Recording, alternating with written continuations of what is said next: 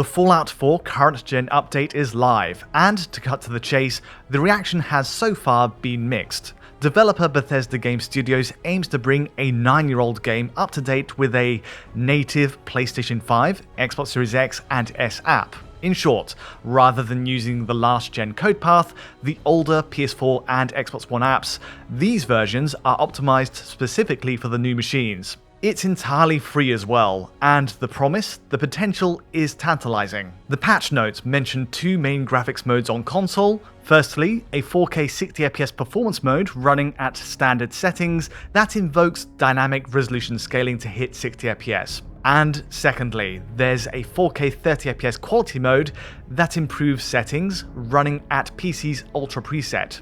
The game itself presents this as a performance mode on-off toggle, where the off setting is effectively the quality mode in the notes. Still, labeling differences aside, those are the two basic options, though Bethesda also adds more on top if you set your console to 120Hz, or even output at 1440p resolution from the system menus. More on that later. The patch notes are extensive otherwise, covering bug fixes plus new quest and weapon packs, and on PC, there's the prospect of official ultra-wide monitor support as well.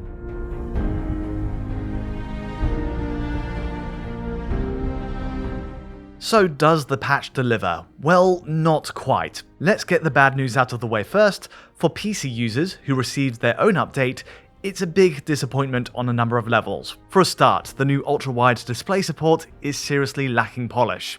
As it stands, elements of the HUD overlay are stretched across the display, like the button prompts on the bottom of the screen here, rather than having these UI elements repositioned and scaled for a 21:9 aspect ratio display.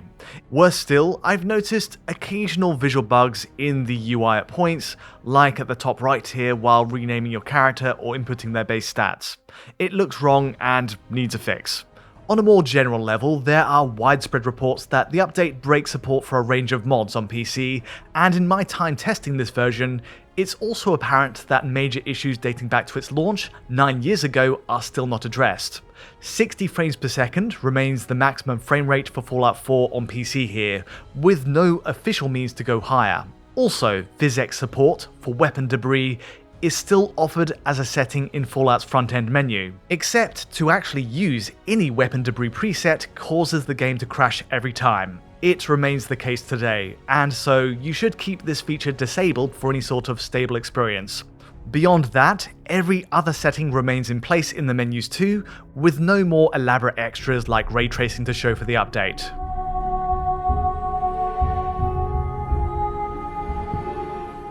Looking at the console side, on PS5, Series X and S, we have a different set of issues. Again, sticking to the bad news, much like PC, there's no push to any ambitious ray tracing features in the update, to truly make the most of their 30fps modes. There is no HDR support either here, meaning the game simply runs in standard dynamic range, which of course can be tone mapped by your console if you choose to. But the next most obvious issue is that, right now anyway, the performance mode toggle on Xbox Series X and S simply does not work at all. It does nothing. This mode toggle works perfectly on PS5 meanwhile, giving you the results outlined in the patch notes, either 4K 30fps with ultra settings when disabled, or 4K 60fps at standard if enabled. But on Xbox systems, the game is always fixed on its 60fps performance mode. You're stuck at standard settings regardless of which option is selected. Enabled or disabled, the visual result is the same, and indeed it's identical to PS5's performance mode when that's enabled. In comparing both modes on both machines, PS5 currently offers the only way to boost visual settings to Ultra in disabling that mode. The result speaks for itself. In particular, we're getting better draw distances with PS5's performance mode disabled setting. On objects, foliage, distant building detail, all of these elements render at a greater range, more in line with PC's Ultra preset. The greater foliage draw distance stands out most in these wider shots, I think, and also standing on top of the Corvega factory, you'll even spot buildings across the skyline rendering in more fully on PS5. it's a decent upgrade, so long as you're okay running at 30 FPS using that mode of course. In switching directly between Series X and PS5 with performance mode disabled on each, it's clear Xbox just isn't engaging those higher settings. Something is amiss here. It stays at 60 FPS and keeps the rendering range at standard, the result being a more fully fleshed out world on PS5 for the visual purist willing to accept a frame rate hit. And it shows up time and time again, in all manner of views across Fallout 4's world. Also, to confirm, this very same bug affects Xbox Series S in much the same way. The toggle simply does not work, and you're left running at 60 FPS standard settings, exactly on par with Xbox Series X. The only difference for Series S visually is that it runs at a dynamic 1080p to 1440p resolution range, which is a drop next to the 4K target on PS5 and Series X certainly, but within expectations at least for the 4 teraflop console.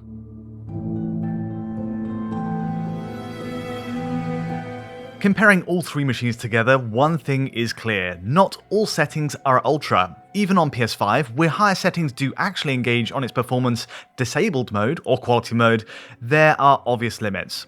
The shadow cascade, for one, sticks out.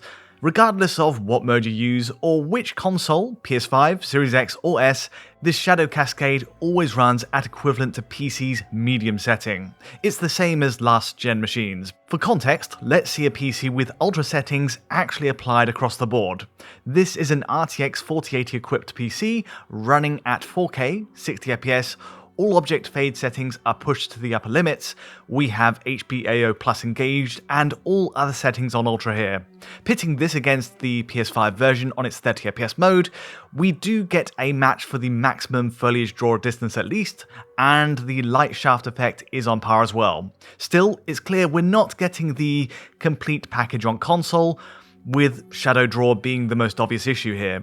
Likewise, shadow quality, up close, falls below the Ultra preset on PC, while geometry LODs across the world still do not match PC at its best. Though, as a side note, it's worth pointing out the Xbox machines somehow do have this higher geometry LOD setting when viewing from the top of the Corvega factory. This appears to be a legacy setting that's been in place since the Xbox One X version, and so it stays in place for these releases as well, though curiously this higher geometry LOD setting doesn't make an appearance on PS5.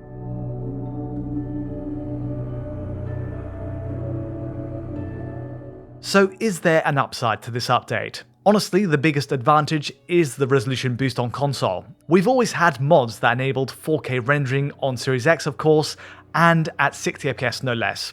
But looking back, running at a straight 4K 60 via mods, in our experience wasn't always perfectly optimized.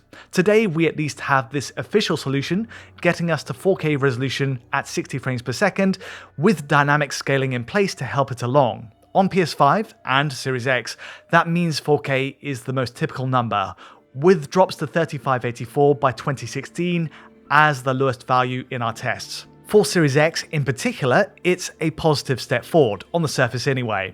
Before the update, the game ran using the Xbox One X code path to give a native 4K and 30 frames per second by default. But then, by enabling the FPS boost mode in the system's compatibility settings, you could switch to the base Xbox One version, making 60 FPS possible. Except this FPS boost mode had drawbacks.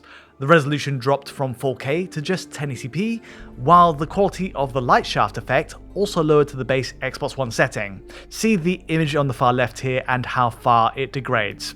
The results weren't always pretty, and it felt like a difficult trade-off to make to hit 60 FPS.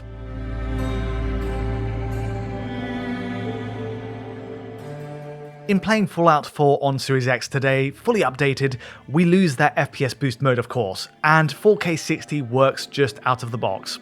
Sadly, while mostly stable at 60 FPS, there are still drops under that target, notably while panning across the top of the Corvega factory, we're going down to the low 50s, and in charging across Boston at pace, we're seeing some major streaming hitches here as well, well below 100 milliseconds. It's still not ideal as an optimized next-gen experience, and the same goes for Series S, mostly 60fps but drops in the same places. The more glaring problem though is that being stuck on this performance mode, the visual settings for trees, object and terrain LODs are lower than what we had playing on the last gen Xbox One X version on Series X. Check this out. See how more buildings and more foliage are rendered across the distance here during this pan from the top of the Corvega factory. Incidentally, what we had on the older One X code is equivalent to PS5's own 30fps mode today in the performance disabled mode. In short, Series X users have no way to access these higher settings right now. For all the build up and hype to this big next gen patch, so to speak, the results take us one step forward and one step back. The situation on PlayStation 5 is more positive. For a start, it's an especially big breakthrough compared to the last gen PS4 Pro code that we had been using on PS5 to this point via backcompat. In comparison, on the left side we have the PS4 Pro app running at 1440p resolution and 30fps. To now officially have 4K resolution at 60fps on the next gen version is great news. However, again, the core world settings in tree and object LODs are not radically improved over what we had before the update. Take the 30fps mode on PS5 for example, with performance mode disabled. This should give us the best settings, the promised ultra presets, but comparing it to the older PS4 Pro version running on a PS5, we're getting the exact same shadow quality and textures. Even the shadow draw distance remains the same, with a matching cascade to shadows just ahead of the player. Much like the last gen One X code, the PS4 Pro version had decent settings for its time, so outside of the bump to 4K, we're not always getting such a radical improvement on PS5. Even draw distance settings for trees and objects, the ones that should be pushed to Ultra on PS5, are still quite close to the PS4 Pro version. Talking on its frame rate, PS5's performance on its 60fps mode is mostly stable. Just like Series X though, it is prone to sudden lurches in places you'd least expect. The top of the Corvega factory again sees us go down into the 50s while looking directly down, and once again there is hitching while charging full pelt across complex environments. By comparison, the 30fps quality mode tends to avoid most of these drops by lowering the overall performance ceiling, but it's quite a hit to take. Also, interestingly, PS5 offers a couple of extra ways to play on top of these two modes. Bethesda changes Fallout 4 settings depending on the video output of the console itself. So, for example, with 120Hz set as the output on PS5, and with performance mode disabled in-game, it looks like this. You get 4K resolution, the higher ultra settings for foliage and object draw, but it's all running at 40fps instead, rather than 30. It's a 40fps variation of the same mode, and really a great option to have if your TV allows for 4K 120Hz. It runs impeccably this way too, with no drops as we see on the 60fps modes. The core visual settings are also unchanged from the regular 30fps mode, so don't expect any boost to say the shadow draw or shadow quality here. Next along, outputting the console at 1440p changes the game logic again. With 1440p set in the PS5 system menu, the game always runs at 60fps, with the higher tree and object LODs. Essentially, the performance mode toggle in-game becomes irrelevant this way. Alas, there are drops under 60fps at points, in line with the typical 4K 60fps performance mode, when overlooking the Corvega factory, and that takes us down to the low 50s on the graph. We also have the expected hitching and streaming issues while running across the world, but this is also true of the 60fps modes on PS5 and Series X. All round, this gives us 4 modes in total on Sony's machine right now, but again, Xbox seems to have a bug, and nothing changes when set to 120Hz or 1440p. The turnout for this next-gen patch on PS5, Series X and S is undoubtedly disappointing then. There are a few wins here at least. The ability to officially run at a dynamic 1440p at 60fps on Series S is an advantage, and likewise, being able to run at 60 frames per second on PS5 after being held at 30fps on the older PS4 app for so long is a real breakthrough. But there's so much that's been left on the table here for a definitive console experience. The fact that the core settings, the world detail, and shadows are still not on par with PC's best, even running on PS5's 30fps mode, is a surprise. And the fact that the Xbox systems do not work, as the patch notes state, with a non-functioning performance mode toggle and missing 120Hz and 1440p modes needs to be addressed. I'm fully expecting Bethesda to loop back on this in due course to patch up what are obvious and plain issues on Xbox. It is a free update, but one that comes with a set of compromises. More to follow on this one, as any future update arrives. But that's all from me today. If you did enjoy this video, feel free to like or subscribe, and don't forget to hit that bell for instant notifications as any new video lands. To get a high quality version of this video, check out our Patreon at digitalfoundry.net, and to get in touch directly, you know where to find me. But from me for now, thanks for watching.